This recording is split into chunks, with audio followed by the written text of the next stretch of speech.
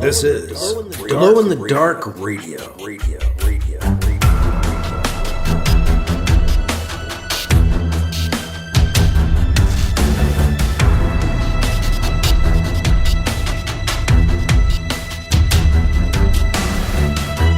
The science fiction podcast with original independent science fiction written and performed by Mike Luoma, with music by Kevin MacLeod. The Vatican Assassin Trilogy and The Adventures of Alibi Jones by Mike Luoma are available in ebook, trade paperback, and audiobook wherever you find your books online. Get links and details at glowinthedarkradio.com.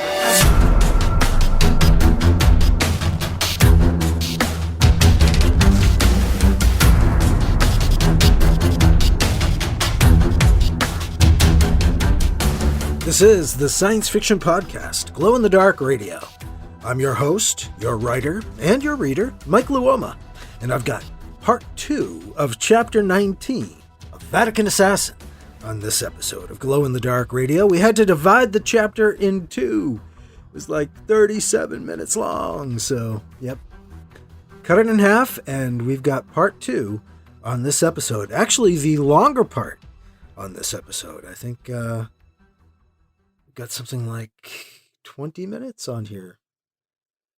Yeah, because we had like 16 on the other one. So yeah, just like 21 minutes.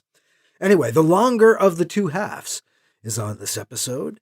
And BC is joining the light for dinner, having confessed his sins and done his penance now.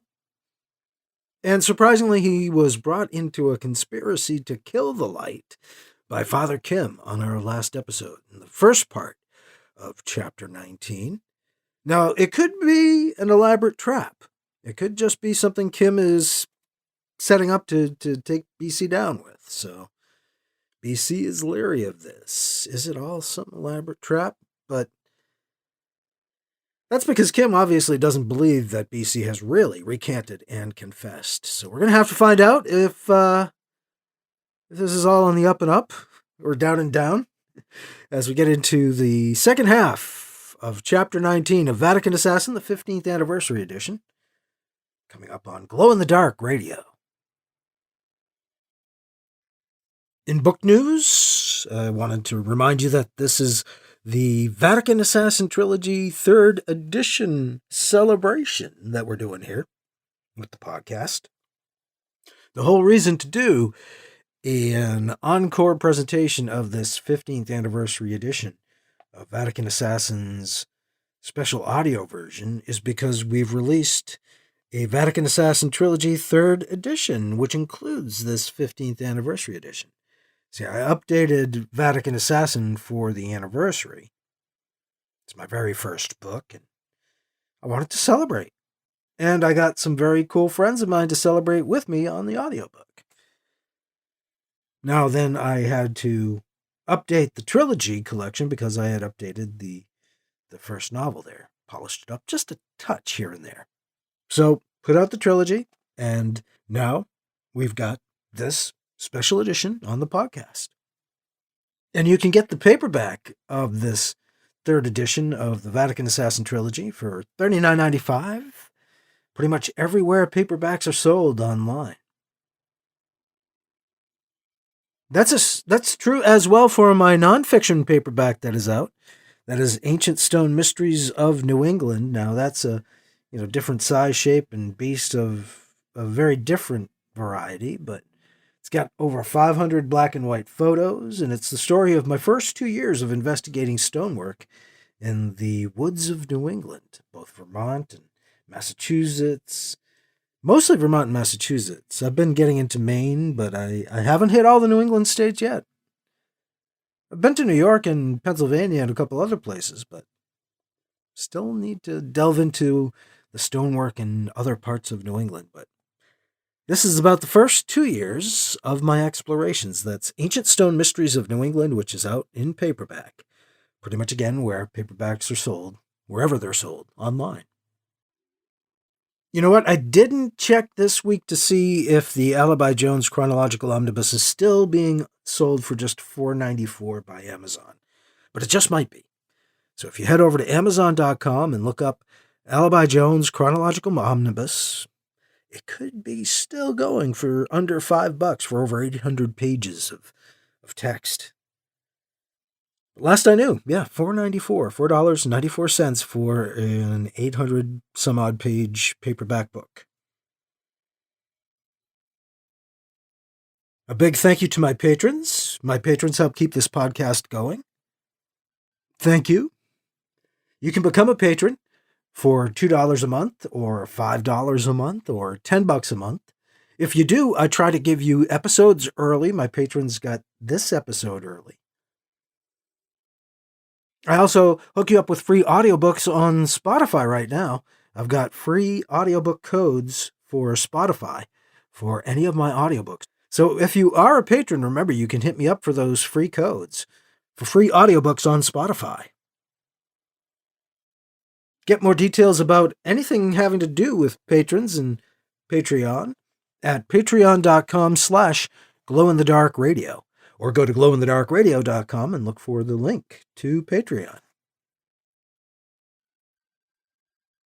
We're about to go to dinner with the light. I've got Chapter 19, Part 2 of Vatican Assassin, the special 15th anniversary edition, with a special voice cameo from Dave Robison performing the light in this reading. Coming up next on Glow in the Dark Radio. 50 years ago, Mira, humankind's last hope to find new resources, departed the solar system. 7 years into her mission, she disappeared. She has returned. SNR Black, a Sol Federation Marine Corps vessel, is sent to retrieve her from certain destruction in the Kuiper Belt beyond Pluto. What they find will change humankind forever. From Parsec award-winning author Paul E. Cooley, Derelict, Marines, Part 1 of the Derelict Saga, combines military sci-fi, space opera, mystery, and suspense to create a journey you won't forget. Podcast available at shadowpublications.com. Paperback and ebook available from amazon.com. Some mysteries shouldn't be solved.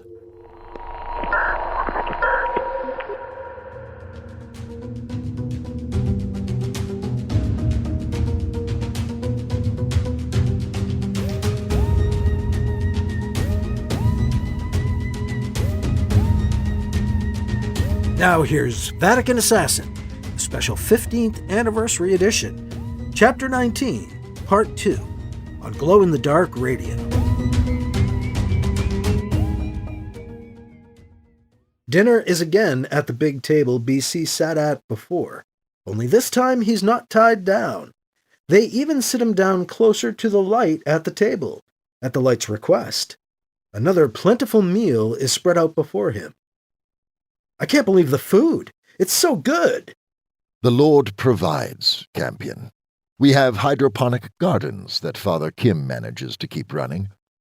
We get a lot of our vegetables that way. And there's a supply ship that comes each quarter. We still have friends on Earth. They make sure we stay fed, keep us alive up here. You just missed the last ship. Came just before you arrived. Next one comes in about 2 weeks. Ah, that explains Kim's deadline. But shit, I've been here almost 3 months. They had to have kept me doped up for a while.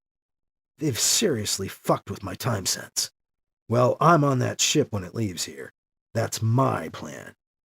But first, I eat. This time at the lights table, BC lets himself enjoy the meal, even overindulging a bit. Stuffed to the gills on his first full meal in weeks, he's almost falling asleep when the light begins to talk to him after dinner. Kim tells me you want to remain in that tiny room even after your penance. I do? He does? Sure. Yeah, I figure it reminds me of where I've been, where I come from, and what I need to aspire to. I'm used to it too, I guess. You don't have to stay there, but I admire your ethic, Campion. You surprise me. You have more discipline than I thought. The light laughs. Maybe there's hope for you yet. Thanks. You've come a long way already, Mr. Campion. And you've still got a spine. What? I can see it. You've still got backbone, Campion. So many of these sheep are just that, sheep. They can't think for themselves anymore. Followers. They always will be. You're not like them, are you? I'm not? I'd like to think I'm not, but I was following the Pope's orders. Yes, but you stopped. You did not do what was obviously wrong. You confessed, recanted. You've seen the error of your ways, as they say. Yet there is still steel in you, Campion. I've decided something right here and now. I think you could be one of my priests. Where'd that come from? One of Kim's seeds springing to life? I can see you're surprised. Good. Father Kim pointed out how far you've progressed, and how much more priestly you are now than when you arrived pretending to be a priest. Just your attitude about your room reminds me of a monk and his cell. You could be a priest, Campion. I thought I was one. Ah, but now you can be a real one of mine. Do you want to be? Yes, I'd like that. If you'll have me. Kim must have been working on him. This is too easy. It could all be a setup. But the light seems to be for real in his unreality. We shall have you ordained next Sunday. I know it's soon, but I see no reason to delay. Never know how much time we have left, do we? Any of us, eh? You'll have some studying to do first, but we'll grant that your former status in the NCC gives you a leg up. How's that? That's fine. Thank you, sir. Yes, you're coming along just fine, Campion. Just fine. Father Kim will instruct you this week in what you'll need for Sunday. Yes, let's do that. This test. Well, excuse me, I forgot. I'm going to bed now. It's been quite a day. Sleep well, Campion. Welcome to the body of Christ. The light says, spreading his arms as he stands, encompassing the table, the people, the entire room with his gesture. Then he turns and leaves. Grand exit. Guy likes his drama. Glad I can play a role. Didn't know I was going to be one of the stars, though. Kim comes to his room early the next day. You'll have to come with me for breakfast. Now that you're no longer a prisoner, you no longer get room service either. I'll take the trade-off, thank you very much. So, where do we go for breakfast? Follow me. Over the course of his first week free, Kim shows BC around the station. They are only using this toroid, as Kim calls it. The other toroid is for current storage and future expansion. BC learns where the galley is, the throne room, the light's quarters, the main dining room, and everything's relation to his room and the bathrooms. He learns his way around. His daily sessions with Kim prep him to say the right things to the light at dinner each night, to strengthen the growing bond the light feels with BC. Father Kim also coaches him on what to say on Sunday, his ordination. I've never really been ordained, not like this. My first ordination came in the mail. My second was a sort of ecumenical group thing. Maybe third time's the charm. Or maybe I'll finally be damned for good. How much of this crap can I pretend to really believe? At least there's not much of a chance of lightning striking me down on a space station. The rest of the week and Sunday go by fast. The ordination itself is a ritualistic kneel, stand, sit, lie prone, chant sort of blur as BC recites his lines, plays his part, and accepts a sash around his neck symbolizing the church as the light declares, Welcome to the body of Christ, Father Bernard Campion. The rest of his followers crowd in around BC, laying their hands on him, welcoming him. This is so fucked up. I hope you know what you're doing, Kim. After the ceremony comes another lavish dinner. The meal is sumptuous, even though BC heard Kim complain earlier that their supplies were dwindling and the supply ship couldn't come soon enough. Throughout dinner, BC keeps up his happy front, while inside feeling hollow and phony. Something has changed. I used to be able to play these kind of games without feeling anything. Why should I feel bad about deceiving these people now? When he gets up from the table after dinner, one of the younger women approaches him. She has long brown hair and Eastern, almost elfin features, large almond eyes, a petite nose, a small red blossom of lips.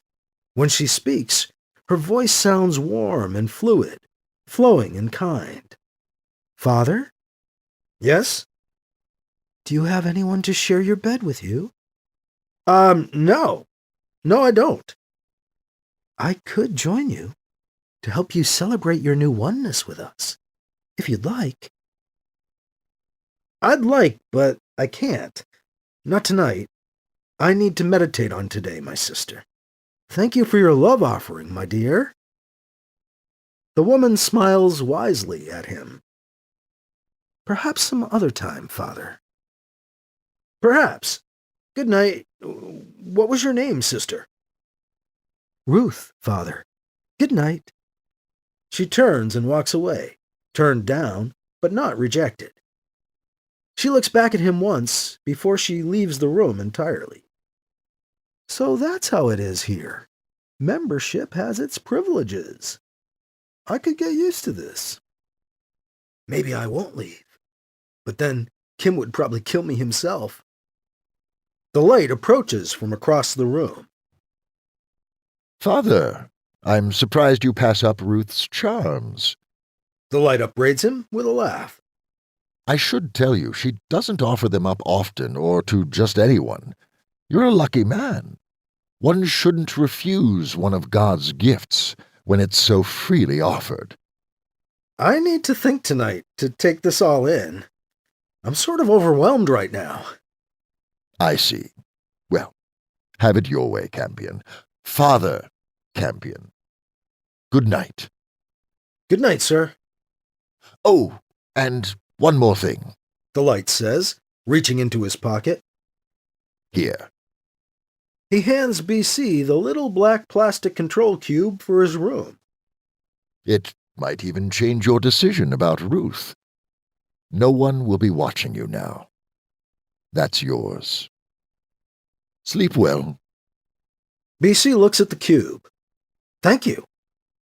The light smiles at him.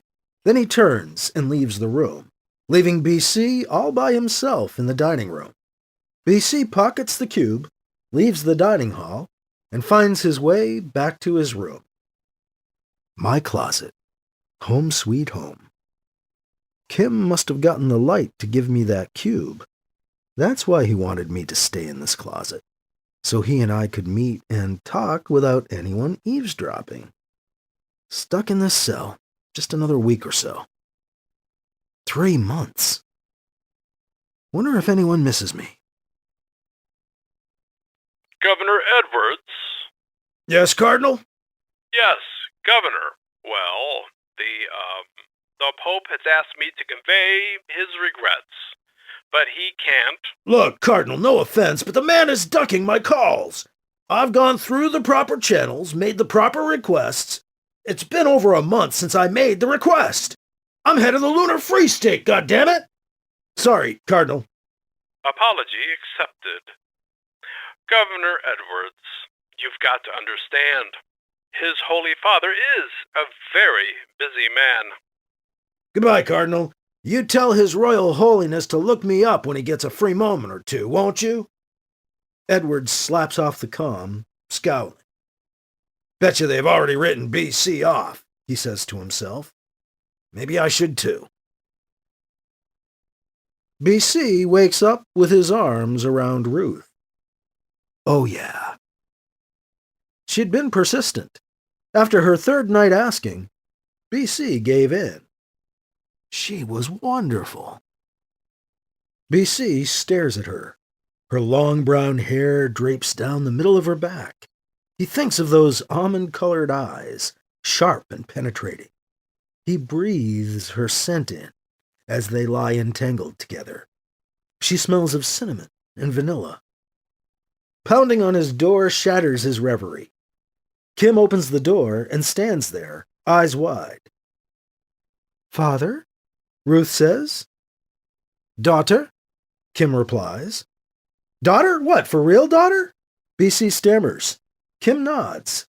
Ruth kisses BC on the cheek, wraps herself in her clothes, and runs out past Kim. He comes in, closing the door behind him. "It is done." "Done?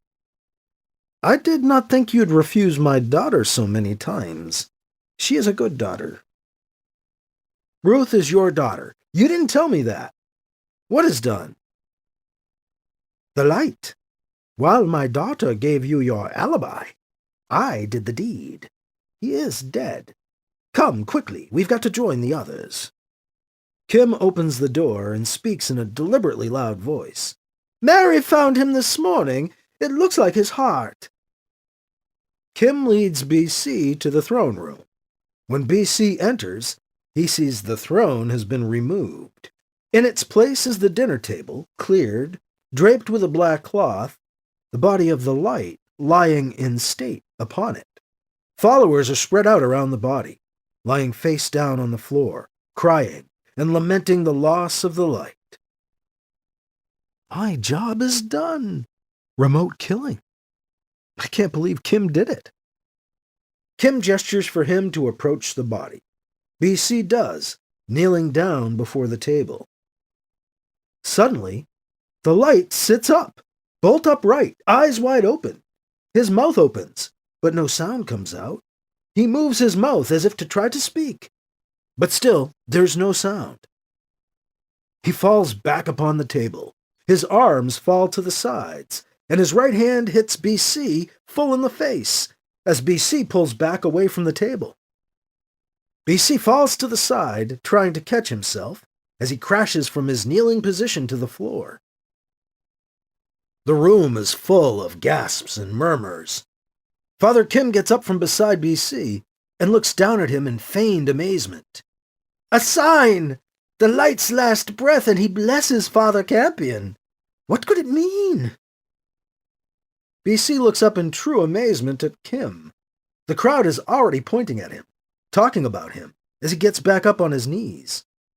The light blessed him, blessed by the light. Father Campion is chosen by the light. That was Ruth. Daddy's little girl does her work well. She didn't seem to be doing it for Daddy last night, though. At least I thought it was all for real. Never trust a woman, BC. You know better than that. She sees him looking at her and smiles. Well, that's real. Sweet girl. I like her. Won't trust her. Not too sure about the family. Kim is addressing the crowd. I believe we have just seen something miraculous. The light was already gone, his body lying dead upon the table, when suddenly he rises as Father Campion approached him. He has anointed for us a new light. Oh man, he's reaching. This is too much, too soon. Gasps and murmurs again fill the crowd. It's clear not all are buying what Father Kim is selling. He's not one of us, somebody shouts. Kim turns to the voice. The light himself accepted him, heard his confession, took him in, and anointed him priest. What more does he need to do to become one of us? Will you turn away from the light so soon after he's left us? This is fortuitous. The light must have known something. He didn't kill Father Campion, but took him in. He took him on as a test, a project. He groomed him. Father Campion's arrival, conversion, and his joining us as the light leaves us, is God's will at work. BC knows what he has to do. Father Kim, I'm sorry, this is very flattering, but I can't accept what you're saying. There's no way I'm a new light. These people need someone like you to lead them. Kim rests a hand on his shoulder. The Lord puts us all in the right place at the right time, Father. Who are we to question his plan? You are here now because we need you to be here. You are the new light. I don't know, Father Kim. This is all so sudden, so overwhelming. I can't think the Lord means for me to be the new light. I can help you, Father Campion. The signs are clear to me. Does anyone else see what I see? I see. There are more answers from the people. Yes, Father Kim, I see. He is blessed by the light. There are signs. He is the new light. The light blessed him from beyond the grave. I see. He is the new light. This is too bizarre. BC gets to his feet on the dais, in front of the table on which lies the body of the light. He looks out over the crowd. Kim is on his left, egging on the followers. The new light, Kim proclaims, opening his arms to BC, presenting him. The new light, Ruth says, as she looks up at him from the crowd, a smirk curling up the corners of her mouth. I like that mouth. Maybe I'll just look at those lips for a while. Need to focus on something right now. This is surreal. What am I supposed to do now? Ruth nudges two women, one on each side of her, and the three approach BC. They kneel at his feet. More of the congregation rises to join him on the dais. Hands begin to reach out for him, to touch him. He feels Ruth's arm snake around him, and the arm of one of her friends on the other side, as they kneel beside him. More of the crowd gets up, gathering around him, touching him. Kim is smiling at him. Finally, he smiles back at Kim. You bastard. Memo to self. Remind me never to fuck with him. His daughter, yes. Him, no. Yeah, I'm the light, all right. Let's see. I will try to serve you well, my brothers and sisters. I don't know that I can be what you want me to be. You already are, someone he doesn't know says. He can feel their love like a palpable thing as it pours off them. I feel dirty. Could you have picked someone more unworthy? This is nice, but so wrong. Even his jagged, hardened cynicism begins to melt as they continue to gaze at him with full attention. What can I say? I can't tell you all how much I love all of you right now. You're all incredible. Not lies, just not the truth they think they heard. It doesn't matter what you'll have me do. I can't thank you enough for even just letting me be a part of you. Thank you. One of the women looking up at him smiles and says, You do shine brightly, Father Campion. You do, whether you know it or not.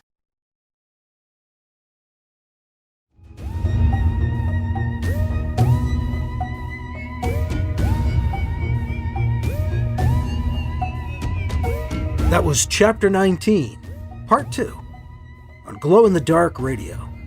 Special 15th Anniversary Edition, special voice cameo in there from Dave Robison as the light. No longer with us. Oh, yes. Thank you again to Dave for doing that performance. I loved hearing Dave embody the light. It was awesome. And great to be able to hear it again in this encore presentation. If you'd like to check out more of Dave's work, just head over to his website, which is butterymanvoice.com. Well, you know, BC feels like shit, but they say he shines. Weird, huh? Kim seems to have accomplished his mission for him, which is a very strange thing for BC, but he'll take it. He still would like to know how the corpse moved like that, which was also weird. So we'll see if BC can manage to disentangle himself from Kim's plans and get off of Fortune Station on our next episode of Glow in the Dark Radio. A thank you to my patrons who help keep the podcast going. And if you'd like to become a patron, you can do so for $2 a month, $5 a month, or $10 a month at patreon.com/glowinthedarkradio. I'm hooking up my patrons right now with free audiobooks on Spotify. I've got codes for free audiobooks. Let me know if you are a patron that you would like them, and I'll get one to you, or 3, or 4. My new paperback is out, Ancient Stone Mysteries of New England. That's the nonfiction work with all the black and white photos. That is available in paperback wherever paperbacks are sold online, from Amazon to Barnes & Noble to even Walmart. Crazy.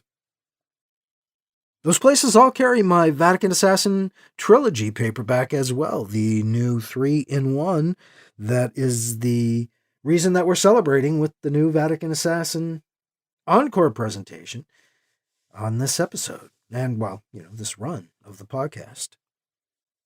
You can get that Vatican Assassin Trilogy 3rd edition paperback, again, wherever paperbacks are sold online.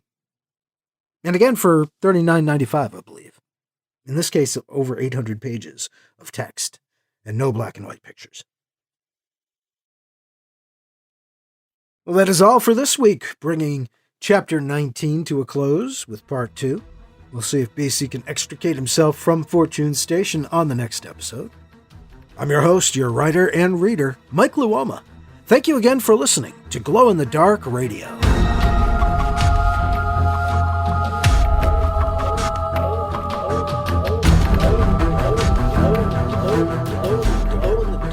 Glow in the Dark Radio.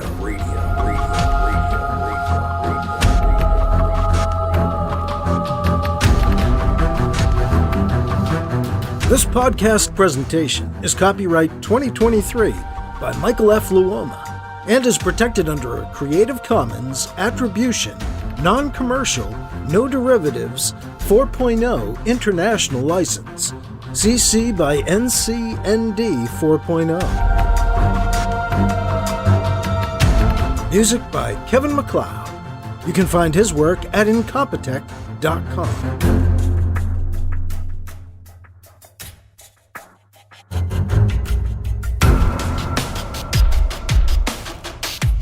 Mike's books are available in ebook, paperback, and audiobook, wherever you find books online. Get links and more details at glowinthedarkradio.com and mikeluoma.com. This has been a presentation of Glow in the Dark Radio.